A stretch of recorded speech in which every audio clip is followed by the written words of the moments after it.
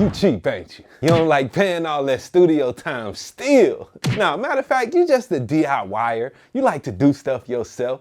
You get creative in the middle of the night and you want to jump up and lay some ideas down. Well, I'm going to show you everything you need to know about setting up a home studio. What's up, YouTube? Welcome back to the channel. I'm Wavy Wayne from Wavy.com, and this place is all about helping you to record and mix better and faster. Today, I'm gonna walk you through all of the components and actually how to set up all of the hardware that you need for your brand new home studio. All right, so without any further ado, let's just jump right into some of the things that you're gonna need for this home studio. One of the main things that you're gonna need is gonna be a computer. Wow.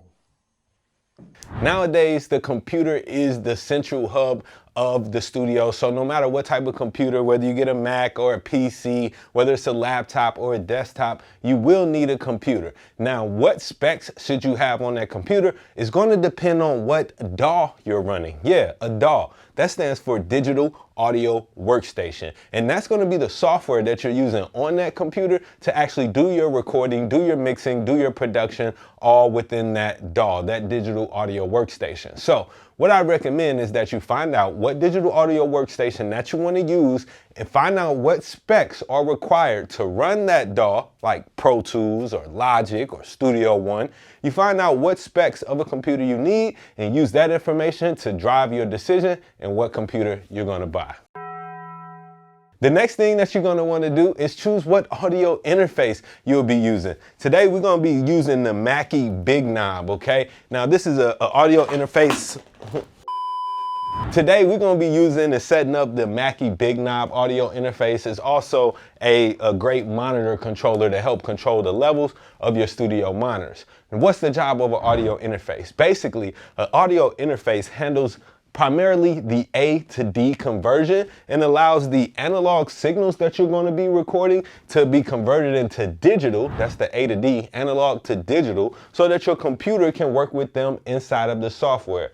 Without A to D conversion, we would have to be recording to tape and keeping everything analog, which we just don't want to do these days. All right, so an audio interface also is going to allow you to connect your professional level microphone and also have the appropriate outputs to go to your headphones or studio monitors if you choose those as well. Another thing that you're gonna need is gonna be a microphone.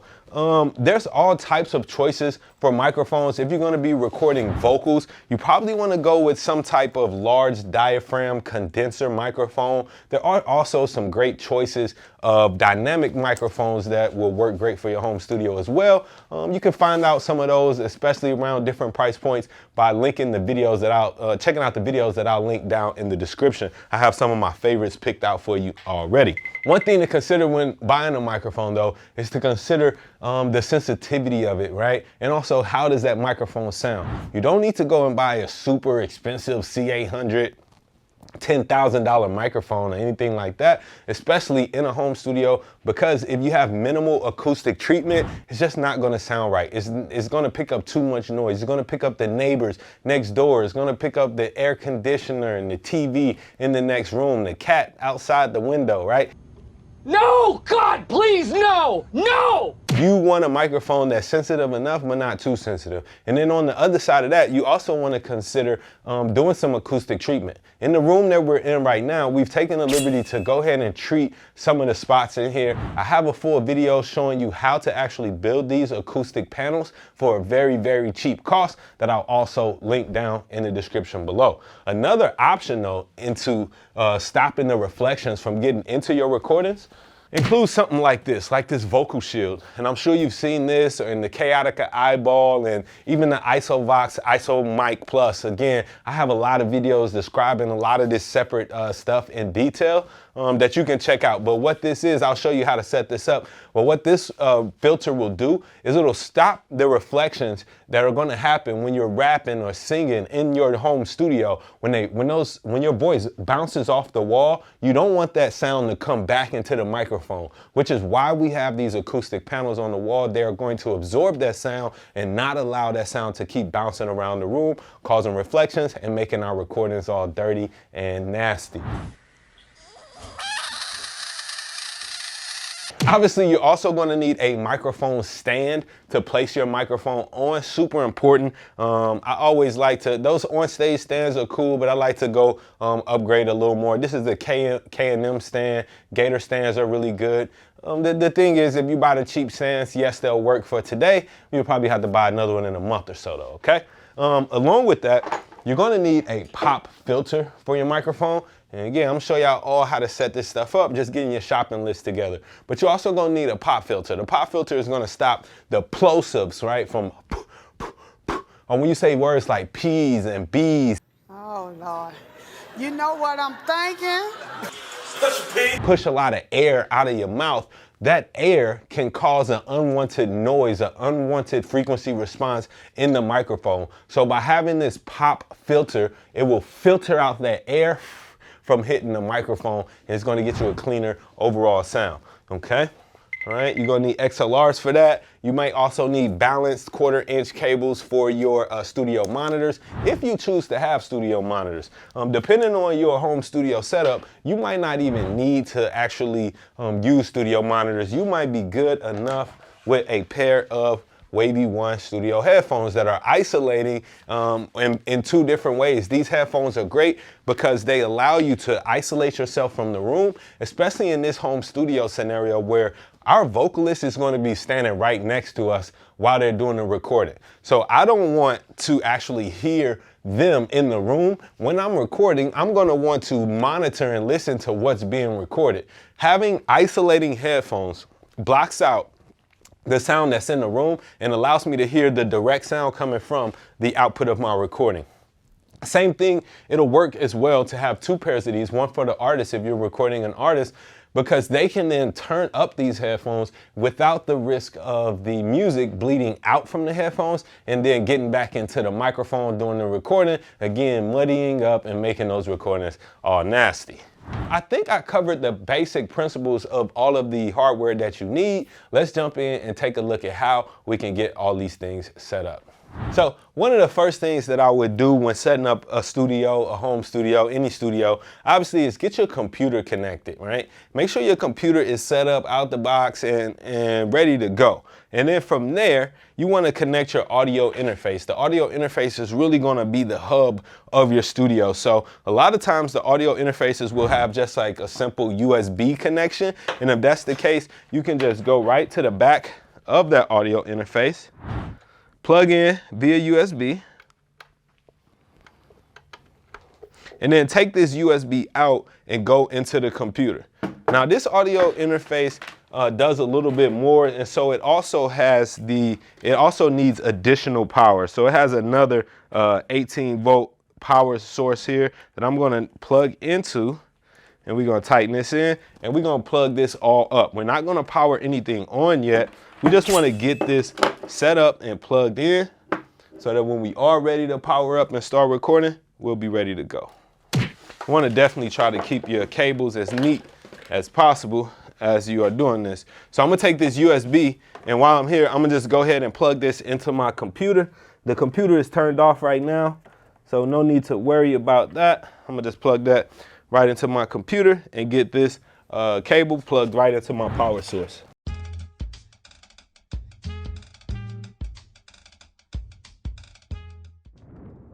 Another thing that I want to mention to y'all is that try your best to just use one outlet in your room to power all of your studio equipment. You don't want your monitors plugged up on this side of the room and then the computer plugged up on this side of the room and all kind of stuff just plugged up to different plugs. That can start to cause some electrical noise in your recording, and you definitely want to make sure that you stay away from that as much as possible, okay? So I got my big knob set up. One thing that I want to do now is go ahead and set up my studio monitors to the big knob. So let's come around. Actually, I'm gonna turn around this monitor so we can see the back of it. Hey man, my official Avid user certification course for Pro Tools is now enrolling again. That's right, you probably missed out on the first one because there are limited spaces available so that I can give one-on-one attention to every single student. If you're ready to really learn your DAW, stop fumbling around inside of Pro Tools and go ahead and get you a tangible credential that can prove your skills in the workplace and to your clients, This is what you need to do, man. Sign up right now. All the details are in the description below on how you can take a class with me to get Pro Tools certified. The monitors have a power cable, right? So I have my power cable connected. And then on the back of the big knob here, and it'll be the same on your audio interface. You'll have a similar control. But here we have the actual choice to connect multiple monitors. You'll need to find the monitor outputs for your audio interface. So I have monitor A, monitor B, and monitor C. I'm going to be setting up this main set of monitors as monitor A. Okay, so I'm going to take my balanced TRS cable. And then let's see, so this monitor A, this is going to be the left side. You want to use your engineer's perspective. So I'm gonna come out my left, and then we got our balanced input right here, just like that, right? I'm gonna now do the same thing for my right side monitor. So I'm gonna just grab this cable, and again, I'm gonna just come out from the right channel. And then we're gonna take this over to my right studio monitor.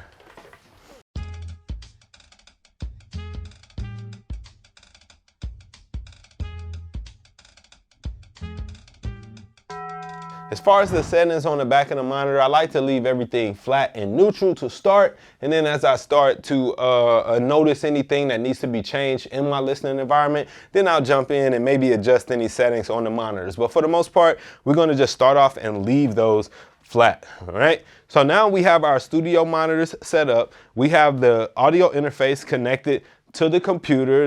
This is now plugged up. We're really done with this setup for now. Let's go over and take a look at setting up our microphone. When it comes to home studios, one of the main troubles is in the recording often is that you're recording in a room that's not treated, or you're recording in a room that may be loud. A couple of things that you need to make sure you keep aware of is to try to eliminate all noise. Whether that means blocking off a window with a sheet or a blanket so that the outside noise is not getting in. Doing some acoustic panel treatments of your own. Making sure that you keep the microphone as far away from any hard reflective surfaces as possible. That means do not put the microphone right up next to the wall. If you got your mic right next to a wall, you're gonna get those reflections coming back a whole lot quicker into the microphone, which is going to cause some problems in your recording. It's just not gonna be clean, all right?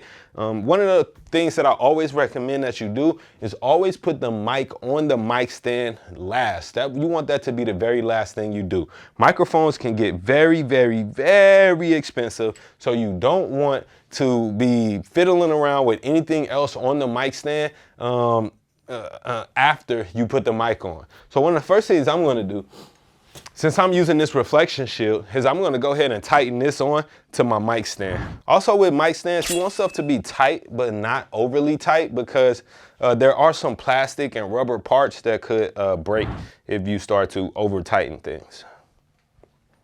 So hand tight is definitely good enough.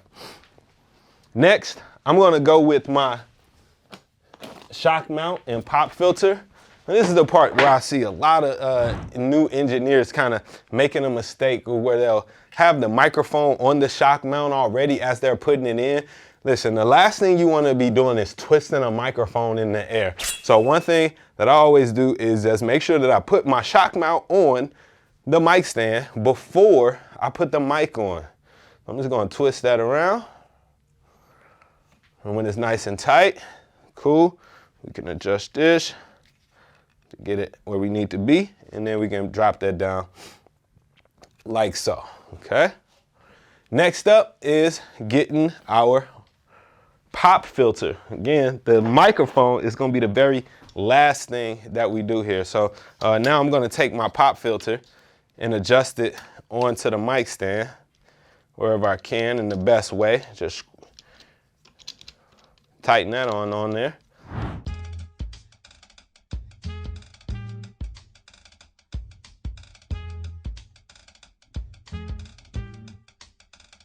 Later that same evening. All right. Got that nice and tight. The next thing that I'm gonna do now is actually apply my cable. Again, I told y'all the last thing that I wanna do is actually put the microphone onto the mic stand. That's gonna be the very last step of this process. So what I'm gonna do is get my XLR cable. XLR cable stands for extra large cable.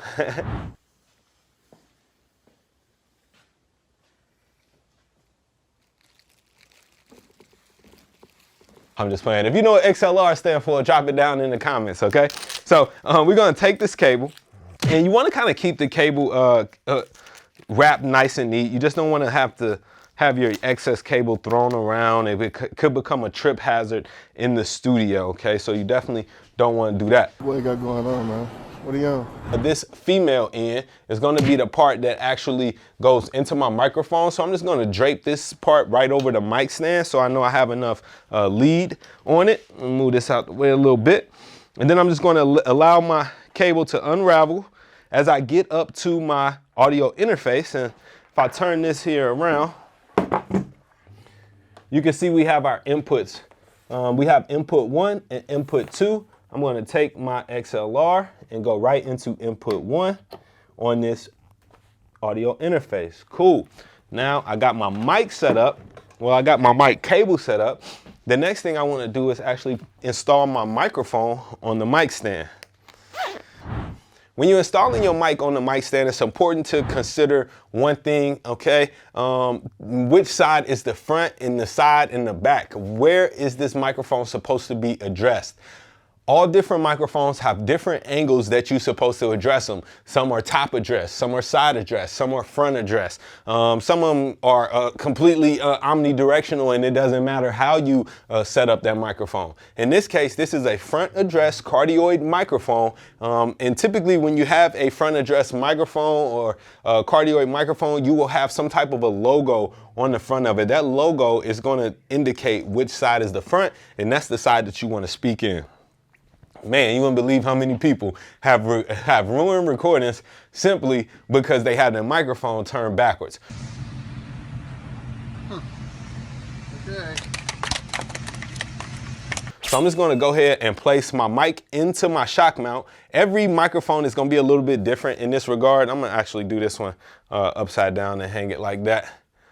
I'm sure you've seen mics being done like this. I guess the wisdom is that when you hang it upside down, it allows the heat to escape from the capsule, so it doesn't go, into the capsule of the microphone since heat rises, okay? And it'll keep our sound sounding more consistent over time as the microphone heats up. Oh my God! Wow! Now I'm gonna take my XLR cable and drop it right into there. I got this wrapped around. Now, when it comes to setting my pop filter, the rule of thumb is actually a rule of fist, okay? You just wanna take your fist and have about a fist distance between the microphone and the pop filter, okay? About a fist distance between those two, and you should be good.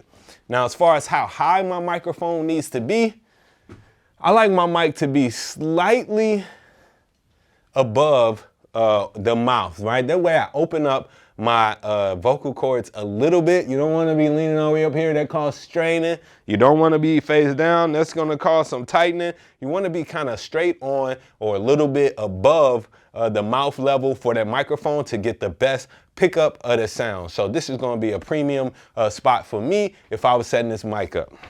One of the next things that you might want to do is set up your studio headphones, okay? Again, the monitors are actually optional. You may or may not want studio monitors. If you're gonna be making beats or mixing, then that's fine. But if you simply are recording yourself for this project, then you may not need studio monitors. But if you have other people that you're collaborating with and you want them to hear the music as well, then you're definitely gonna want some studio monitors. But if your goal is to only do some recording and you're gonna have it sent off to someone else like Wavy Wayne to mix it, well, you really don't need studio monitors, but they are a very nice must-have.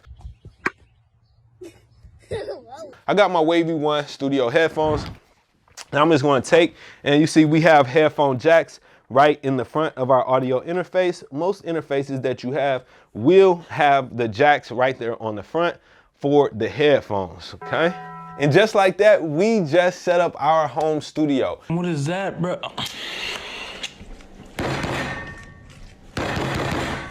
This is a basic setup that includes really everything you need to get started making your music today. A microphone, an audio interface, a computer, and some headphones is really the all you need for the studio. I hope you found this video helpful. Drop down in the comments. I would love to know, what kind of gear do you have in your home studio? You got that Focusrite Scarlett? Are you using a Mackie audio interface? Maybe one of those UAD joints? Which microphone do you got? Let's run it down, man. You know I love to talk gear. So drop down in the comments, let me know, what gear do you have or are you considering for your next home studio setup. I'm Wavy Wayne from WavyWayne.com. Check out the website for a bunch of tools and resources to help you record and mix better and faster.